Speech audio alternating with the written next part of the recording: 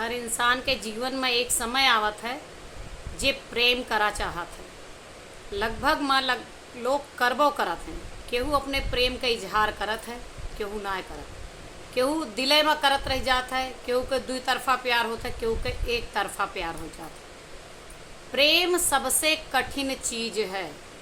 लोग कहते हैं प्रेम करब आसान है, लेकिन प्रेम कठिन कब हो जात है? प्रेम कठिन तब हो जात है जब ओका निभावे का पड़त है।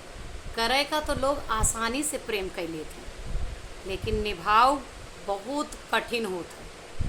और अक्सर लोग ही चाहते हैं कि जौने महिला से, जौने स्त्री से प्रेम करें या जौने पुरुष से, जौने लड़का से प्रेम करें, वो बुद्धिमान हो, समझदार हो, पढ़ा लिखा हो।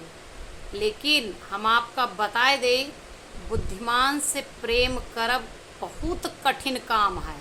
सबसे कठिन काम है अगर केहू बुद्धिमान इंसान से प्रेम करता है। काहे से? जोन बुद्धिमान पढ़ा लिखा समझदार इंसान होए ना, वो कभो स्वांग न रचाए। ओका तोहार स्वांग रचाऊ बिल्कुल पसंद ना आए। वो तोहार जी हुजूरी तो कह ना सकत। वो अपने बात के तर्क जरूर दे। वो आपके हर बात के समर्थन करे में अक्षम रहे, सक्षम ना। आप ही अगर कहें कि ई सही है, तो एक बार जरूर इंटरप्ट करे, एक बार जरूर ऑब्जेक्शन लगाए, एक बार जरूर रोक टोक लगाए कि यह ना है, यह तो सही हो सकता है।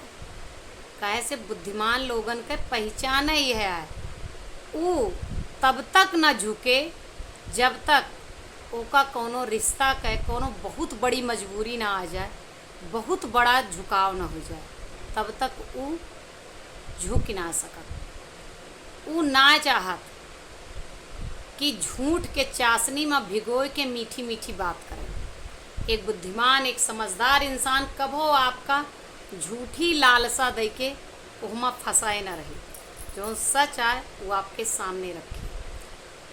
और वो हर वक्त अगर लड़की है तो ई ना कहे कि हमका ई गहना दिलावा, ई साड़ी, ई कपड़ा, ई सूट, ई जीन्स, वो एका कभो न करे।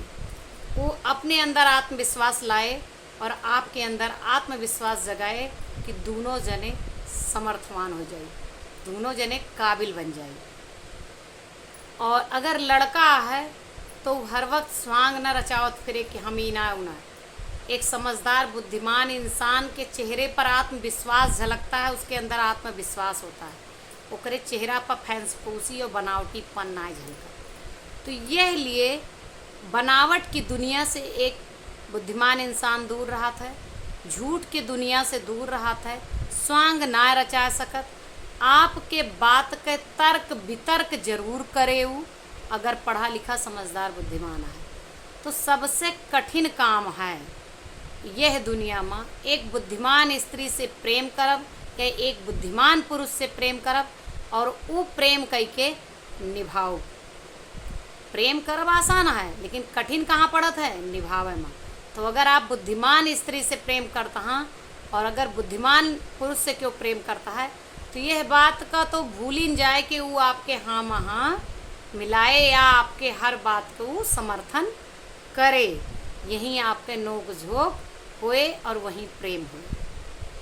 हमरे बात से कितना सहमत हैं कमेंट में ज़रूर बताइए। वीडियो कैसा